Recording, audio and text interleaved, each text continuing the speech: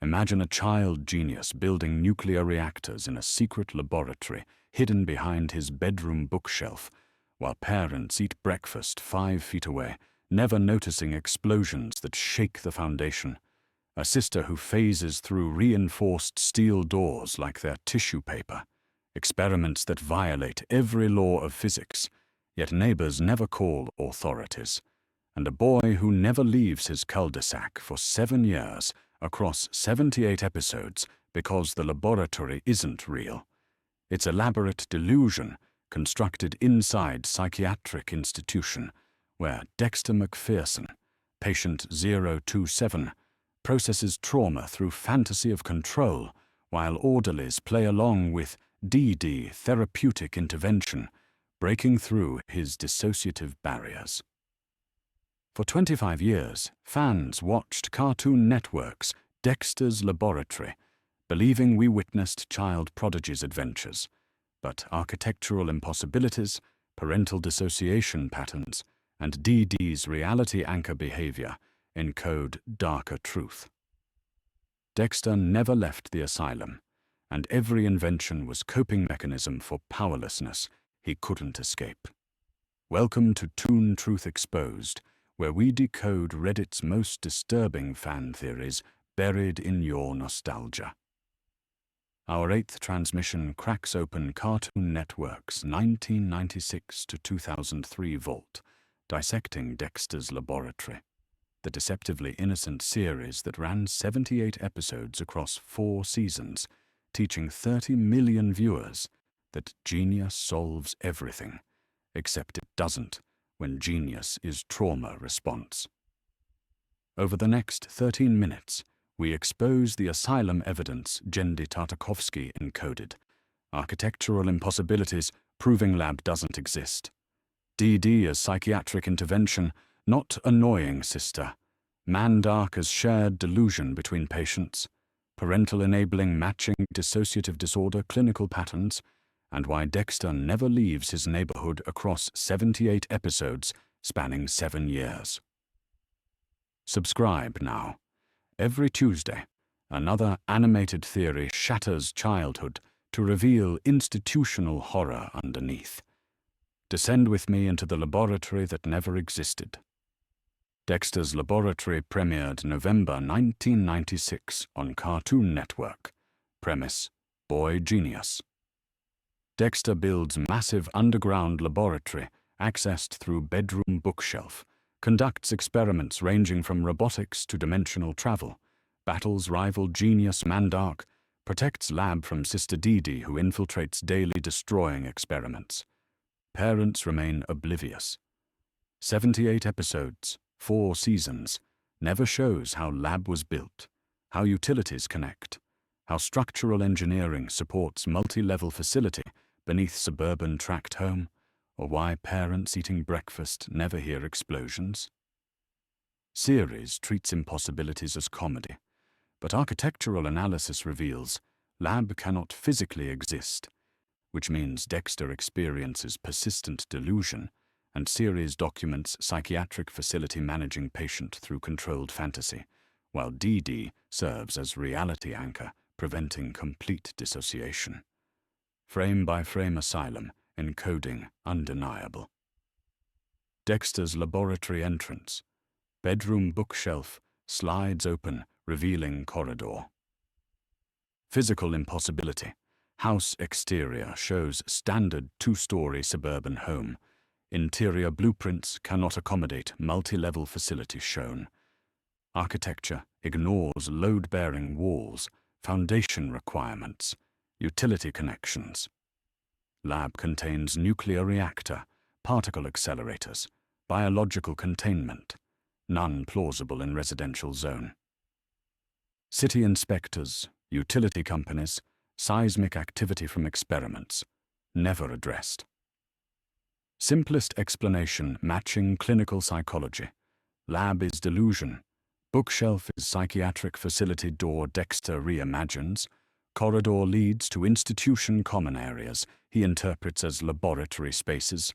Experiments are supervised activities reframed through genius fantasy. coping with powerlessness of institutionalization. Parental behavior matches dissociative disorder, enabling patterns. Mom and Dad McPherson appear 43 episodes across series. Never acknowledge laboratory, despite explosions shaking house. Episode The Big Sister, Season 2, explosion destroys kitchen, parents don't react. Episode Dexter's Rival, Season 1, Mandark's Lab and Dexter's Lab Battle, neighborhood trembles, adults oblivious. Clinical psychology literature documents families of institutionalized children exhibiting denial, avoiding discussing diagnosis, maintaining normalcy illusion during visits. Mom's cheerful detachment, Dad's bumbling ignorance, not cartoon comedy, but textbook avoidance behaviors. They visit institution, play along with Dexter's fantasy to avoid confronting his condition, leave without addressing reality. Episode Mom and Jerry, Season 3. Mom develops relationship outside family, classic coping mechanism for parents of institutionalized children, seeking normalcy elsewhere when home life becomes psychiatric management. Dee Dee serves as therapeutic intervention, not sibling annoyance. Every episode, Dee Dee infiltrates lab, destroys experiments, forces Dexter into present moment. Clinical interpretation. Dee Dee is orderly, nurse or therapist, using reality anchoring techniques, preventing Dexter's complete retreat into delusion. Her catchphrase, "Ooh, what does this button do?" Playful language psychiatric staff use with children, gentle redirection disguised as curiosity. She never gets hurt, despite lab dangers. Because dangers aren't real, she's staff member safe in controlled environment. Dexter's rage at her intrusions, patient resisting therapy, preferring fantasy to reality. Episode Dee Dee's Room, Season 2, shows her space as chaotic dance studio, symbolic of her role as chaos agent, pulling Dexter from rigid delusions into flexible reality. She's not destroying his work. She's performing her job, preventing dissociative spiral. Mandark represents shared delusion between institutionalized patients. Dexter's rival Mandark appears Season 1, continues through series. Genius boy with own laboratory, obsessed with defeating Dexter, loves Dee Dee. Asylum interpretation. Mandark is fellow patient, his lab is his delusion, rivalry is psychiatric facility tolerating parallel fantasies. Shared obsession with Dee Dee reveals both patients fixating on same staff member. Episode Mandark's Lab, Season 2. Their labs are identical layouts because they're both reimagining same institutional spaces. Mandark's laugh, signature, ha ha ha ha, manic, performative, matching clinical presentations of patients using grandiosity to mask vulnerability.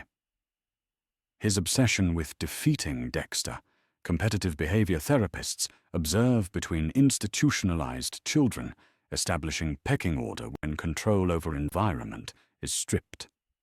Dexter never leaves his cul-de-sac across 78 episodes, spanning 1996 to 2003. Geographic isolation suspicious. Episode The Big Cheese, Season 2. French exchange student visits, but action stays in neighborhood. Episode Star Trek Unconventional, Season 2. Parody of Star Trek, but it's fantasy within fantasy. Dexter's delusion layering. Episode Ego Trip, TV movie 1999. Time travel across past and future, but all locations mirror same institutional architecture redecorated. He never attends different school, visits relatives in other states, goes on vacation. Geographic containment matching psychiatric facility boundaries. Young patients cannot leave grounds unsupervised. 7 years of episodes, same 5 locations. Lab, institution common area, bedroom, patient room, kitchen, visiting area, school, facility education wing, Mandark's house, another patient ward. Cartoon presents as comedy. Clinical lens reveals patient hasn't left campus since admission. Creator Genndy Tartakovsky, interviews 1996 to 2004, reveal intentional ambiguity. Asked about lab's impossibility, Tartakovsky 2002 interview snippet. It's cartoon logic, but if you want to read deeper, Dexter's mind is the real laboratory, not dismissal, confirmation of psychological reading. Storyboard artist Craig McCracken later created Powerpuff Girls' 2015 panel. We knew the lab didn't make sense. That was the point. How far would a kid's imagination go to feel powerful? Writer Amy Keating Rogers, 2018. Retrospective. Dexter was about control. A child with no control creates a world where he controls everything until reality breaks through. Coded language, acknowledging Asylum interpretation without explicitly confirming, protecting Cartoon Network from controversy. Reddit ecosystem exploded, 2015 to 2026, developing theory. Fan theories threads, 2015 to 2024, accumulate 8,000 plus upvotes across multiple posts. Fans cite architectural impossibilities, parental dissociation, Dee Dee's reality anchor role, geographic isolation. 2019 animation student thesis, psychiatric encoding in 90s cartoons, analyzed Dexter as case study institutional fantasy. 2023 psychology article, Dissociative Children's Media, cited series as unintentional or intentional depiction of child processing trauma through delusion. Theory persists because evidence accumulates.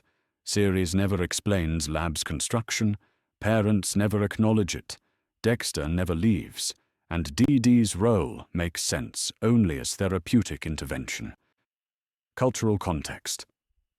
1996, Dexter's Laboratory, premiered amid 90s children's television's psychological complexity. Turn. Rocco's modern life confronted existential dread. Courage the Cowardly Dog explored PTSD. Hey Arnold depicted urban poverty and mental illness, but Dexter's Laboratory disguised trauma as empowerment fantasy, genius child controlling environment through science, while encoding institutional reality underneath. 30 million viewers, 1996 to 2003, processed power fantasies through Dexter, without recognizing he represented powerlessness. Institutionalized child, constructing elaborate coping mechanism because real control was stripped away. Voice actor Christine Cavanaugh, Dexter's voice, died 2014, brought vulnerability underneath arrogance. Colleagues noted she voiced Dexter with underlying fragility, genius masking fear. Her delivery, "Dee Dee, get out of my laboratory," not bratty entitlement, but desperate boundary setting of child whose safe space, delusion, is constantly invaded by reality. Therapy. Tartakovsky, 2015. Tribute. Christine made Dexter more than smart kid. She made him scared kid pretending he wasn't. Series finale. Last but not beast, 2003, provides cryptic closure. Dexter and Dee Dee cooperate, saving neighborhood from monster. Asylum reading. Final therapeutic breakthrough where Dexter accepts Dee Dee's help, integrates reality with fantasy, begins recovery. Monster represents trauma he's been suppressing, defeating it together. Patient and therapist collaborative healing. Lab remains, but relationship transforms. Dexter no longer fights Dee Dee, suggesting acceptance of intervention, readiness to process what institutionalized him. Academic interest emerging. 2021 Psychiatric Journal article, Fantasy Architecture in Children's Coping, analyzed Dexter's lab as dissociative safe space. 2024 animation retrospective included Dexter's Laboratory in unintentionally dark 90s cartoons, citing Asylum theory as valid textual reading. The laboratory cracks open. Dexter's genius wasn't superpower, it was trauma response. Institutionalized child reimagining psychiatric facility as laboratory where he controlled variables because real life offered no control. Dexter never escaped the asylum. He learned to survive inside it by building world where powerlessness transformed into genius. And we celebrated his delusion for 78 episodes without recognizing we watched child's breakdown disguised as breakthrough. Thanks for dissecting delusion with toon truth exposed. If Dexter's Laboratory rewires into recognition that genius sometimes masks institutional trauma, smash subscribe. Weekly Reddit Theory animations drop every Tuesday.